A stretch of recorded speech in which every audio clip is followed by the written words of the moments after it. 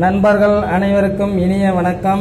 நண்பர்களே, மிக முக்கியமான மகிழ்ச்சியான செய்தி இது. நமக்கு 3 முறை ஏமாற்றிய அரசை 3வது முறை அரியணையில் ஏற விடாமல் தடுக்க சபதம் ஏற்போம் அப்படின்னு சொல்லி இடைநிலை ஆசிரியர்கள் திடீர் அறிக்கை விட்டுருக்காங்க.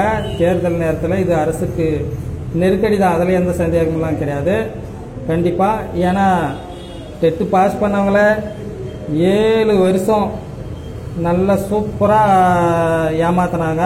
வேலை நமக்கு ஐயா எடப்பாடி ஐயா பழனிசாமி ஐயா ஆட்சியில் ஒரு இடைநிலை ஆசிரியர் கூட, ஒரு பட்டதாரி ஆசிரியர் பணி கூட நிரப்பப்படலை. அதனால் இந்த செய்தி நமக்கெல்லாம் மகிழ்ச்சியாக இருக்குது. இதை பார்க்கும்போதே என்ன சொல்லியிருக்கிறாங்கன்னு பார்ப்போம். 3 முறை ஏமாற்றிய தமிழக அரசை 3வது முறை அரியணையில் ஏற விடக்கூடாது. ஏமாற்றியவர்களுக்கு ஏமாற்றத்தை பரிசளிப்போம் என இடைநிலை ஆசிரியர்களின் திடீர் சபதம் தேர்தல் நேரத்தில் அரசுக்கு திடீர் நெருக்கடியை ஏற்படுத்தியிருப்பதாக கூறப்படுகிறது. என்ன சொல்லியிருக்காங்கன்னா, மத்திய அரசு இடைநிலை ஆசிரியர்களுக்கு இணையாக தமிழகத்தில் இடைநிலை ஆசிரியர்களுக்கு சம்பளம் வழங்க வேண்டும் என வலியுறுத்தி பலகாலமாக போராடிக்கிட்டு வராங்க. பெரிய போராட்டத்தை பல முறை நடத்தியிருக்கிறாங்க. கோர்ட்லேயும் வழக்கு தொடர்ந்துருக்கிறாங்க.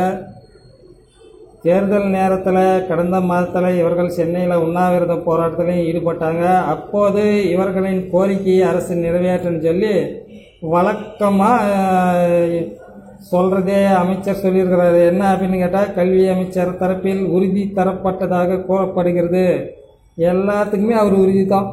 இந்த மாத இறுதிக்குள் பணி வழங்கப்படும், இந்த மாத இறுதிக்குள், இந்த மாத 15ஆம் தேதிக்குள், ஜனவரிக்குள், பிப்ரவரிக்குள் ஆசிரியர் நிரப்பப்படும் அப்படின்னு சொன்ன மாதிரி இவங்களுக்கும் கோரிக்கை நிறைவேற்றப்படும் சொல்லி கல்வி அமைச்சர் சொல்லிக்கிறாரு.